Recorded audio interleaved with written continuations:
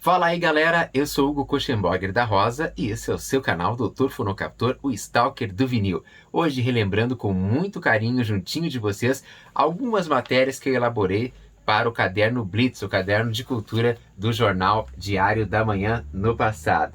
Vamos nessa?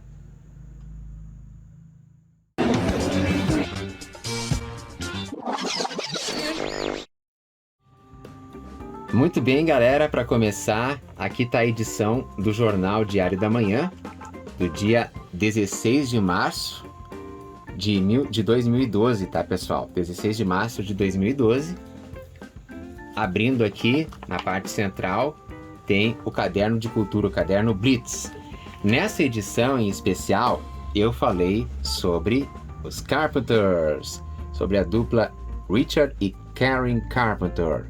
E quem me ajudou aqui nessa matéria foi o grande Sidney F. Jr., que é o presidente do fã-clube dos Carpenters no Brasil. Então a gente vai abrindo aqui o caderno de cultura com todas as suas características, né? E aqui está um fã pra lá de especial, Sidney F. Jr. O que foi comentado aqui nessa matéria aqui de interessante, tá? Foi falado sobre a importância da dupla, né? Que na época a Karen completaria 62 anos, se viva fosse.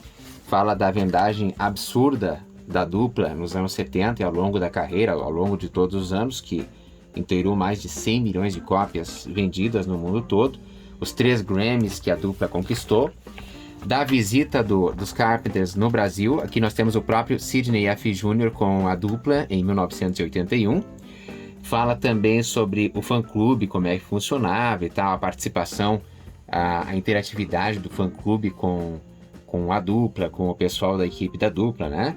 Os managers, essa coisa toda. Tem também o Diário dos Carpenters no Brasil,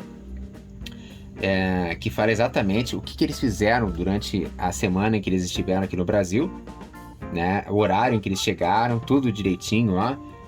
Por exemplo, o dia 1º de novembro de 1981, às 15 horas, eles desembarcaram no aeroporto Galeão, atual Tom Jobim, né? E foram recebidos por fãs e tal, entusiastas da dupla, aquela coisa toda. Fala tudo direitinho aqui, o resumo dos principais aspectos. A fonte está um pouquinho pequena, porque a matéria realmente ficou extensa e tudo mais. Também fala o seguinte, que o nome do fã-clube aqui no Brasil era Brazilian Carpenters Friends Club, porque na época em que eles formaram o fã-clube, devido ao fato de que o fã-clube oficial da dupla já era Carpenters Fan Club, acharam por bem, né, o pessoal lá dos Carpenters de sugerir que eles colocassem um nome diferenciado para não haver confusão entre o fã-clube oficial americano e o fã-clube brasileiro. Então daí eles resolveram justamente colocar esse nome de Brazilian Carpenters Friends Club. Foi uma matéria realmente muito legal, muito bacana, e para quem é fã da dupla, com certeza ficou sabendo de um monte de detalhes inéditos, jamais transmitidos por mídia nenhuma, né? Que dirá mídia impressa. E aqui tem uma foto dos dois aqui, da Karen e do Richard, no Rio de Janeiro, numa feira popular, que cantores americanos e tal adoram conhecer feiras populares aqui no Brasil, né? Eles consideram isso legal. É exótico para eles conhecerem essas coisas, né, que a gente tem aqui, conhecer o povo, como eles vivem e tal, né? Aqui nós temos mais uma edição, dia 27 de janeiro de 2012. Vamos ver o que tem nessa edição aqui. Nessa edição, eu fiz uma matéria sobre os 30 anos sem a Elis Regina, né? Que começa justamente com a descrição dos últimos momentos de vida da cantora, né? Dizendo, dia 19 de janeiro de 1982, poderia ter sido apenas mais um dia como outro qualquer na vida dos brasileiros, não fosse por um fato que abalaria para sempre os rumos da MPB. Naquela manhã, faleceria precocemente Elis Regina de Carvalho e Costa, considerada por muitos críticos como a melhor cantora do Brasil. Elis tinha então somente 36 anos de idade. Começa assim o texto.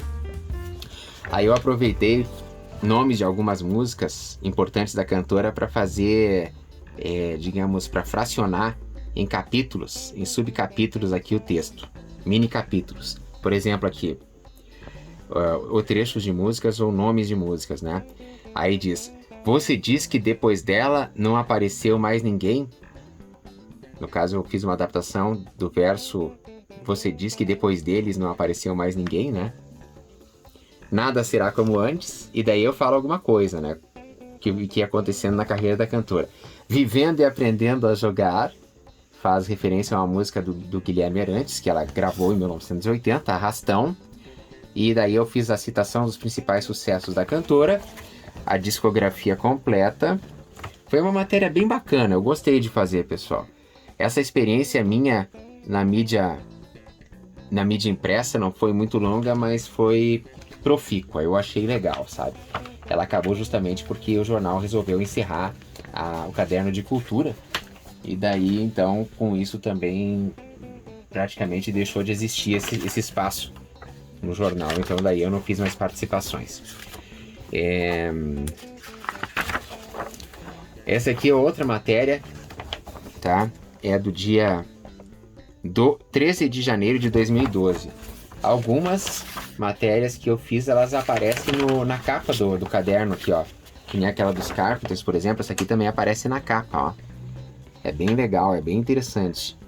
Blitz, parada obrigatória. Ele era um caderno bem descolado, apesar de que era de cultura, ele era bem descolado. Os Encantos da Caixinha Iluminada, o nome da matéria. Justamente falando um bocadinho sobre a história da televisão, mostrando alguns modelos raros de televisores do início, né, quando começou a entrar no mercado esse meio, né, e alguns modelos raros também dos anos 70 e tal, alguns futuristas, como esse que vocês estão vendo aí, né, televisores com design futurista e tal.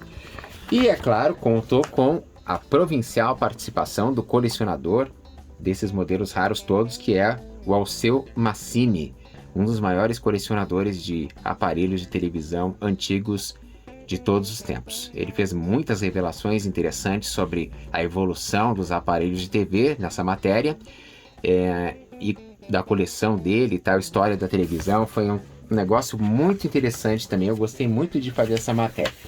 Aliás, todas as matérias que eu fiz, eu tive a felicidade, inclusive, de conhecer muita gente boa, fiz amizade com muitas pessoas e tal. Foi muito interessante. Deixa eu ver se essa aqui, essa aqui foi capa da... Foi capa também do caderno de cultura. O fascinante universo dos discos de vinil, Joaquim Coutrin. Quem não conhece Joaquim Coutrin tem que conhecer, tá? Ele é autor dos blogs mais interessantes, tecnicamente falando, a respeito da importância do vinil, da qualidade do vinil. Ele é expert nesse assunto, ele é especialista, conhece, pesquisa há muitos anos. Então, se você quiser conhecer mais sobre o vinil, visite os blogs do Joaquim Coutrin. Ele tem vários blogs sobre parte técnica do vinil, sobre limpeza de vinil, enfim, é muito legal, tá? E começa assim: o Blitz, né? O Blitz é o caderno. O Blitz conversou com Joaquim Coutrin, que além de emérito operador do direito, é de quebra um grande expoente no estudo da audiologia. Nesse certame, diga-se de passagem, Coutrin é considerado um dos papas em termos de Brasil, né? Em relação ao som analógico de um modo geral. Ele é morador da cidade de Niterói, no Rio de Janeiro, e foi convidado à tribuna, né? Fazendo uma associação à profissão dele, que é advogado, para se manifestar. Confira o papo. Aí a gente perguntou aqui para ele coisas como, por exemplo, sobre o aparecimento do CD em 1987, né? O que causou na indústria do disco, sobre a gramatura, todos esses assuntos que até hoje são debatidos, sobre a gramatura do vinil, se isso interfere na qualidade do disco. Quais dicas você daria para quem está iniciando sua coleção? Muita coisa legal para os colecionadores aí tinha nessa matéria. E foi provincial, porque nesse ano, aqui em 2011, quando foi feita essa matéria, justamente foi a época em que estava começando a retomada, o boom do colecionismo de vinil. Perguntei sobre MP3, o que ele achava do MP3, perguntei para ele qual é o procedimento correto de limpeza de um disco de vinil, de um disco de 78 rotações, em que pé anda a indústria do disco no Brasil e no exterior no momento, tudo isso. E o Joaquim foi muito solícito, hoje somos muito amigos, né? E apresentou pra gente um monte de curiosidades, um monte de aspectos a respeito desses assuntos que foram questionados na ocasião. Aqui nós temos mais um jornal, dia 18 de novembro de 2011. E aqui nós tivemos a participação de um escritor muito importante no que se refere à história do rádio. Ele já escreveu várias obras sobre esse assunto, que é, no caso, o nosso amigo Valdir Comenho, né? Eu não sei se é Comegno que ele usa, é Comenho. Acho que é Comenho porque italiano fica assim a pronúncia, né? Então, em 2011, dia 18 de novembro, o Valdir participou com uma entrevista falando sobre o lançamento nas ondas da magia do rádio 1970-2011 e também sobre esse seu outro livro, A Magia do Rádio, 2 best-sellers, sucesso total para quem aprecia esse tema. Então eu perguntei coisas como surgiu o amor dele pelo rádio, sobre o primeiro livro dele e tal, que já estava na 2ª edição na época, sobre a importância do livro, sobre se ele chegou a frequentar os auditórios da era de ouro do rádio, das emissoras de rádio, nessa época mágica, quais os artistas preferidos dele. Por exemplo, aqui nós temos Nelson Gonçalves, Jorge Goulart, Orlando Silva, Francisco Carlos, Nora Ney, Dalva de Oliveira, Ermilinha Borba, Marlene e a Dalva de Oliveira que eu mencionei, né? Enfim, daí ele falou sobre a programação do lançamento do livro e tal, aspectos que foram abordados no livro. Uma matéria bem bacana também. Para quem gosta desse assunto de antigos artistas do rádio e tal, é muito legal. É muito interessante. 28 de outubro de 2011, eu coloquei as minhas contas de luz aqui, galera, para marcar aqui as páginas do livro. Deixa eu ver se esse aqui foi capa da matéria, eu acho que não. Não, essa aqui foi... Não foi a minha matéria que foi capa aqui. Que tinha vários jornalistas que participavam, né? E daí tinha várias matérias de cultura, não era só essa não. Mas ela foi caderno central. A matéria de destaque sempre na edição ia no caderno central. Valdir Calmon, feito para lembrar, um super beijo antes de mais nada para o Tranca, nosso querido amigo Tranca, um músico maravilhoso que uma hora a gente vai falar sobre ele aqui no canal com certeza, sobre a Márcia Calmon, que é filha do Valdir Calmon, nossa amicíssima, nossa amiga querida, e que deu uma entrevista sensacional aqui contando a respeito do pai dela, que foi o famoso maestro e pianista dos anos 50 até 1982, quando ele faleceu, o Valdir Calmon, o pai dela no caso, né? Participou ativamente dos Dourados anos 50 e ela contou tudo sobre o pai dela, com que idade ele se descobriu musicalmente, sobre o surgimento da gravadora, da qual ele ajudou a inaugurar, que foi a Rádio Serviços e Propaganda Limitada, sobre o fato de que Valdir foi um dos primeiros a gravar rock no Brasil, possivelmente instrumental, foi a primeira pessoa a tocar rock, que foi Bill Haley and His Comets Rock Around the Clock, a versão instrumental que ele gravou, né? Em 1957, no caso isso, no seu álbum de 1957, ele gravou esse rock. A gravação que ele fez com a Ângela Maria, sobre a casa noturna que ele manteve no Leme, no Rio de Janeiro, o Arpege, que era muito badalada na noite carioca nos anos 50, foi uma das casas onde teve início a bossa nova, aquele pessoal todo circulava, né, por essas casas noturnas importantes como Little Club, Arpege e tantas outras que havia na época, né, lá no Rio, pessoal da cultura, né, pessoal, os artistas importantes. Aqui tem uma foto com o Roberto Carlos, com quem o Valdir chegou a trabalhar, inclusive, né, numa turnê.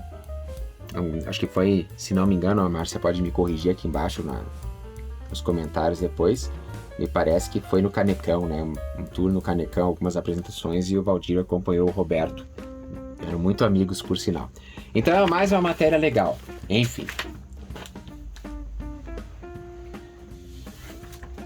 Mais um jornal aqui, mais uma edição. Esse do dia 7 de outubro de 2011. Bem, aqui nós temos a participação do Ricardo Conrad, fã de Carmen Miranda e colecionador de objetos relacionados à carreira da pequena notável. Tá? Ele era fã da Carmen e também, naturalmente, da irmã dela, a grande e querida Aurora Miranda. Tá? Eu vou ser bem sincero, eu sou mais fã, eu gosto da Carmen, sempre gostei desde criança, mas eu ainda sou mais fã da Aurora Miranda. Tá? Aqui nós temos uma cena da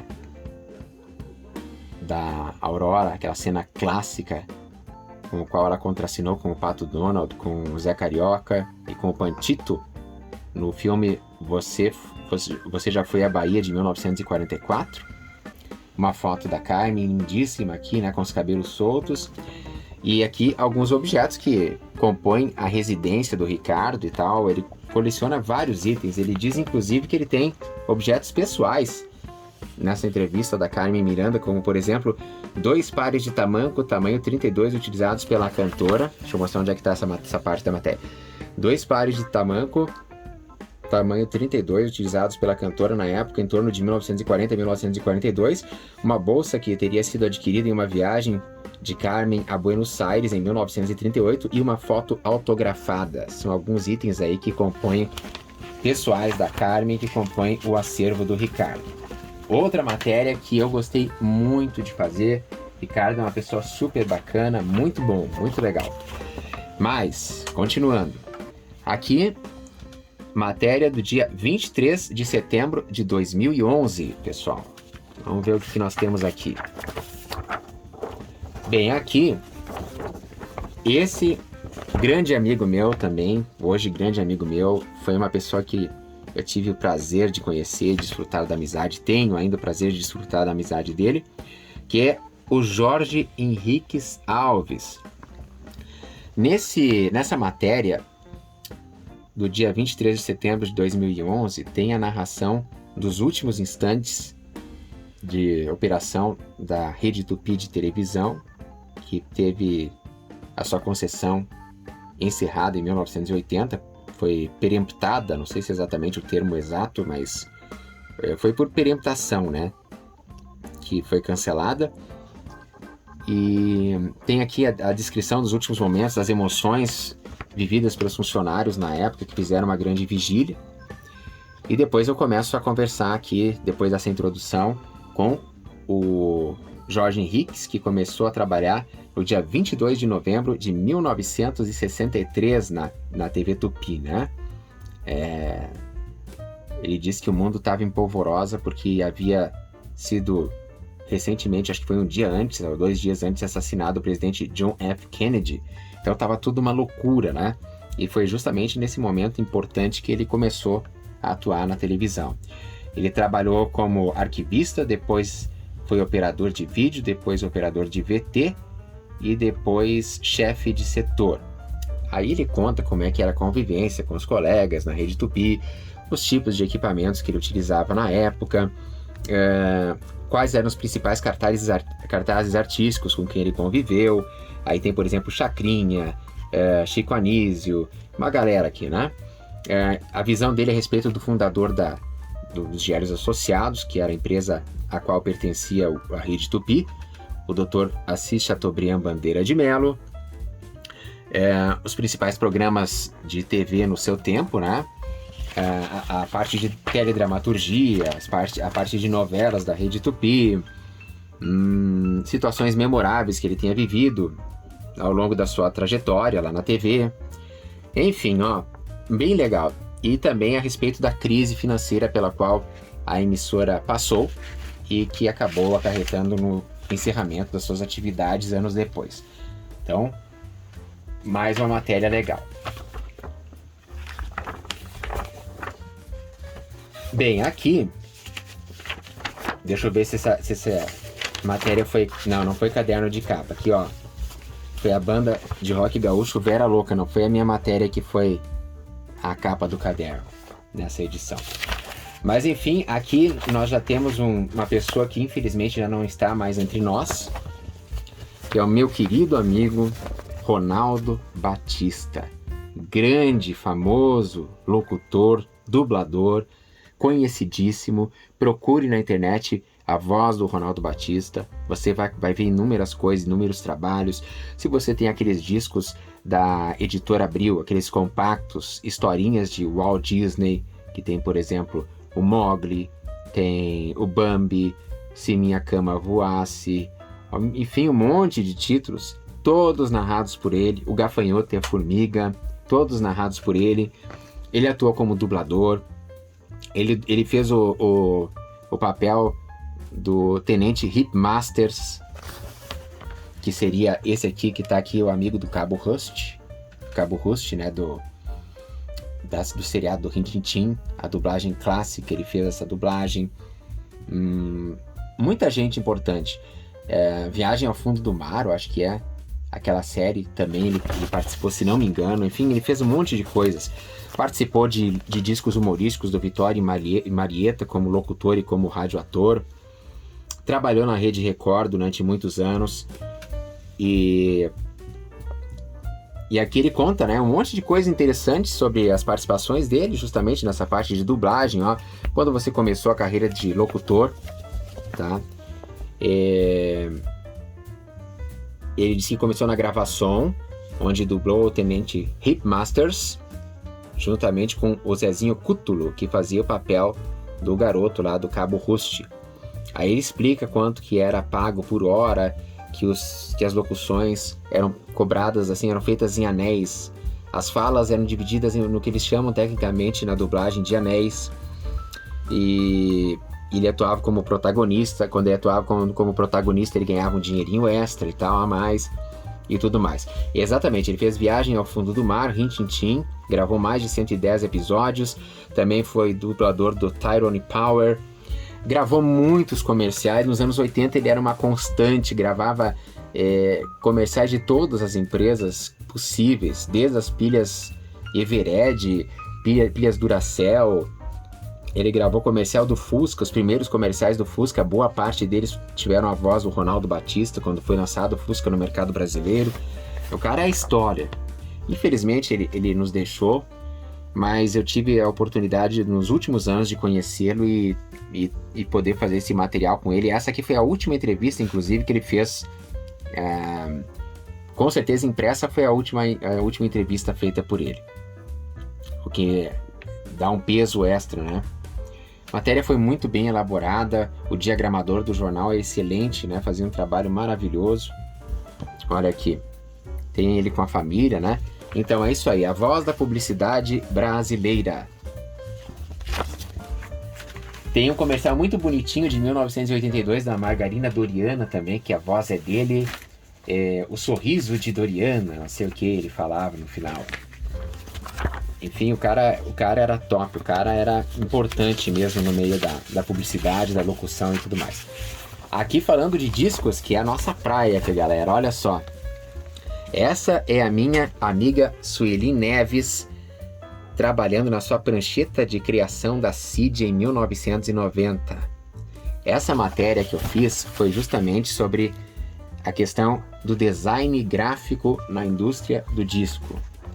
Foi uma homenagem a Sueli, porque eu tenho muitos discos que ela foi a artista gráfica da capa, e eu tive o prazer de conhecê-la, né, à distância, remotamente a princípio, mas fizemos uma boa amizade, e eu quis fazer essa homenagem a ela e também a CID, que é a minha gravadora favorita aqui no Brasil, como vocês já devem ter percebido, porque eu até já entrevistei o senhor Harry Zuckerman aqui no canal, que é o proprietário da gravadora. Eu acho que eles têm eles abriram muito espaço, não só na parte da música cover, mas eles abriram muito espaço importante para a música instrumental, para a música erudita, para lançamentos de artistas. Por exemplo, Emílio Santiago, o primeiro disco foi gravado na CID, tá? Milton Nascimento, o primeiro disco foi prensado pela CID. Tim Maia teve um compacto prensado pela CID. Todos os grandes nomes, em algum momento, boa parte deles passaram pelas prensas da Companhia Industrial de Discos. De qualquer forma, muita gente. Tem que parar para pensar e analisar bem, conhecer bem, que a pessoa percebe. Foi capa do Caderno de Cultura, essa matéria. Aqui nós temos uma série de discos, eu vou passar bem devagarinho para vocês verem aqui. Ó, Super Hits 88, Sangue de Gaúcho, Cinema Dançante, Piano Espetacular, discos e CDs também aqui que foram concebidos, tiveram a arte concebida pela nossa querida amiga Sueli. Vou conversar com ela uma hora com carinho, vamos ver se ela não faz uma nova entrevista pra gente em vídeo agora pro canal. Seria muito legal, né? Então, daí ela contou sobre quando ela percebeu a vocação para a parte de arte, né? Lembrando que antigamente não tinha Photoshop, não tinha CorelDRAW, não tinha nada disso, era tudo feito na mão, né? Tudo montado na mão, era muito difícil. Como foi o ingresso dela na CID, uma das principais gravadoras do Brasil, né? Totalmente nacionais.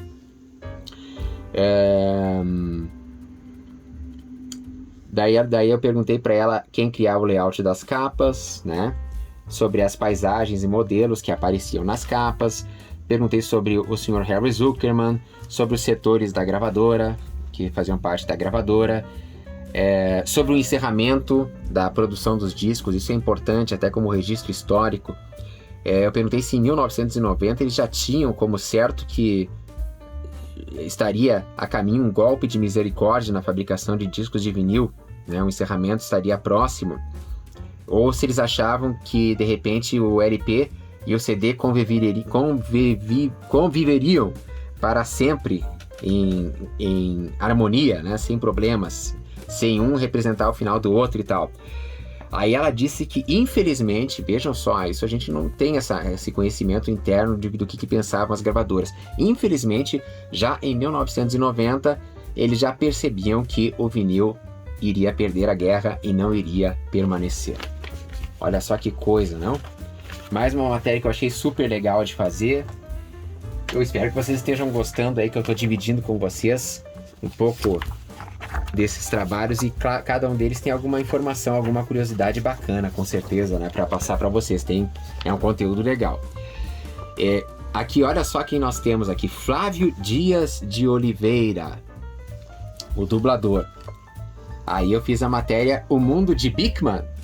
Não, Flávio Dias. Eu fiz um X, pedi para a arte fazer um X aqui, porque eu queria aproveitar o gancho do nome do programa, que ele era o dublador do Bigman, né? O famoso Bigman. Quem não conhece da nossa geração o programa O Mundo de Bigman?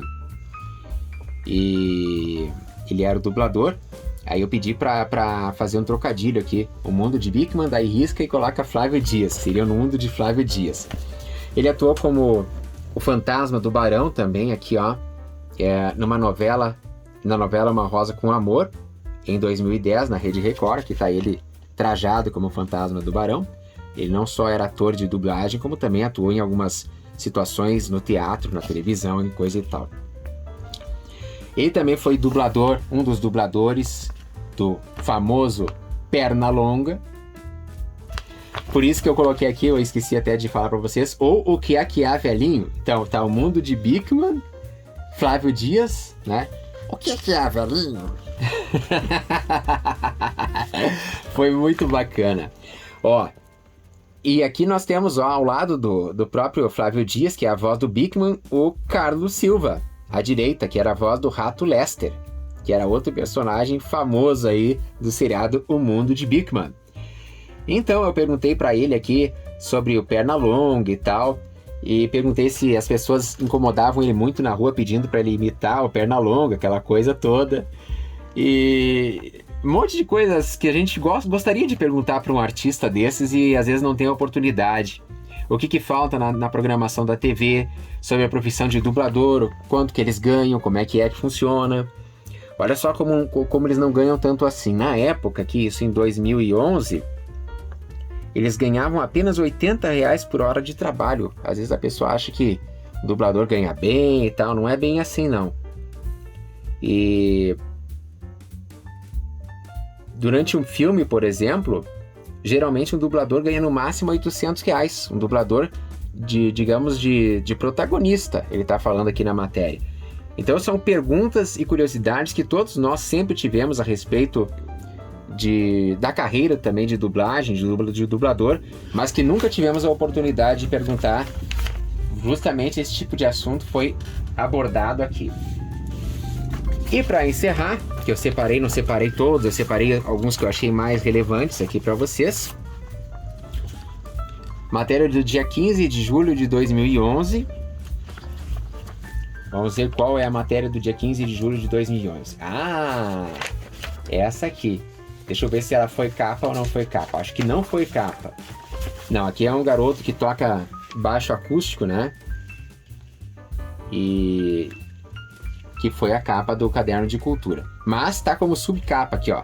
Haroldo Barros, as trilhas sonoras da televisão. Haroldo Barros é essa figura simpática que vocês estão vendo aqui, de bigode, né? Quem não conhece o Haroldo Barros, né?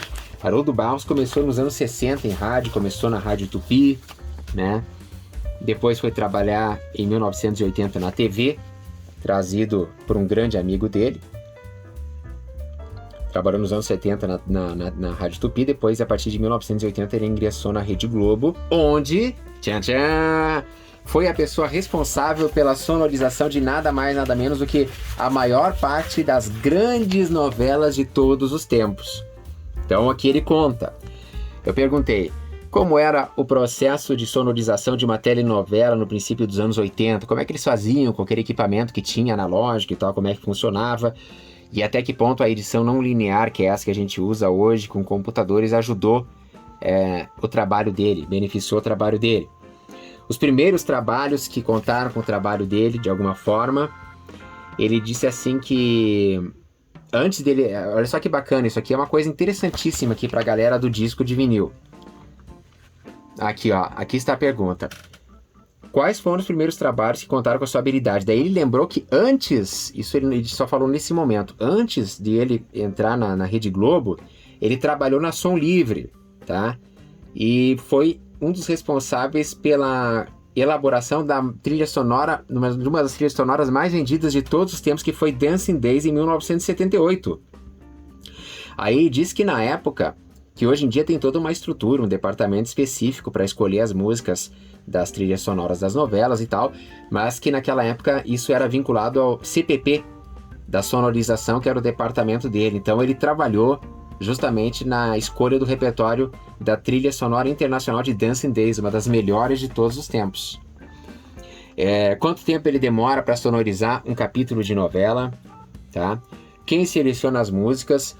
Aqui no caso, na época, era o hoje falecido Máriozinho Rocha, que era o responsável, né, por sonorizar, por escolher a maior parte das músicas, mas ele que fazia a sonorização, a execução do projeto, né? Quem que determinava, o que determinava a execução maior ou menor de uma determinada música em uma trilha de novela? Aí ele disse assim, ó, que não havia uma determinação específica, dependeria no decorrer da trama. Se a música é pouco executada por falta de oportunidade, às vezes acontece que o personagem a qual essa música é relacionada, ele não acontece na novela e acaba então desfavorecendo a execução da música, né? Aí ele falou sobre a Som Livre, né? Sobre as novelas que mais marcaram a carreira dele, que ele sonorizou, entre elas Rock Santeiro. A que estava no ar na época também foi ele que sonorizou no canal Viva, que foi Vale Tudo, né? Muitas novelas foi ele que sonorizou. O relacionamento dele com os artistas, ele disse que chegou a fazer amizades com muitos artistas. Por exemplo, aqui o Armando Bogos, já falecido na época, que era o Zé das Medalhas na novela do Rock Santeiro, ele era muito amigo. Sobre o Dr. Roberto Marinho, a amizade que ele tinha com o dono da Rede Globo. A felicidade dele aí do retorno do Rei do Gado e outras novelas que estavam sendo veiculadas no canal Viva. Inclusive, o Rei do Gado foi ele que sonorizou também. Como eu falei, ele era simplesmente o ponta de lança lá dos sonorizadores das trilhas sonoras de novela, né? As novelas mais tops assim da Globo eram delegadas a ele, não que não existam novelas boas que ele não sonorizou, mas as das 8 principalmente cabia a ele, né? Olha aqui, ele disse que sonorizou, eu pedi alguns exemplos: Pedra sobre Pedra, Fera Ferida, Vale Tudo, Renascer, Tieta, O Rei do Gado e tantas outras. Rock Santeiro, que eu já mencionei, né? E daí eu perguntei o que ele estava fazendo na época. Hoje ele já é aposentado, tá, pessoal? Mas na época dessa matéria, em 2011, ele estava cuidando do vídeo show. Ele era para fazer a sonorização da segunda versão da novela O Astro, mas daí acabou saindo lá um pessoal lá, foi feita uma alteração lá na Rede Globo e ele acabou então calhando a ele fazer a sonorização do programa Vídeo Show. Bom, é isso aí. Aí galera, eu espero que vocês tenham gostado do vídeo de hoje, de conferir com muito carinho mais um trechinho da minha carreira aí, né? Que para mim é muito importante, conhecendo um pouquinho desse trabalho na mídia impressa que eu fiz, elaborando conteúdo, elaborando matérias, elaborando entrevistas para o jornal Diário da Manhã no seu caderno Blitz, o caderno de cultura. Um super abraço, muito obrigado, até o próximo programa, tchau, tchau!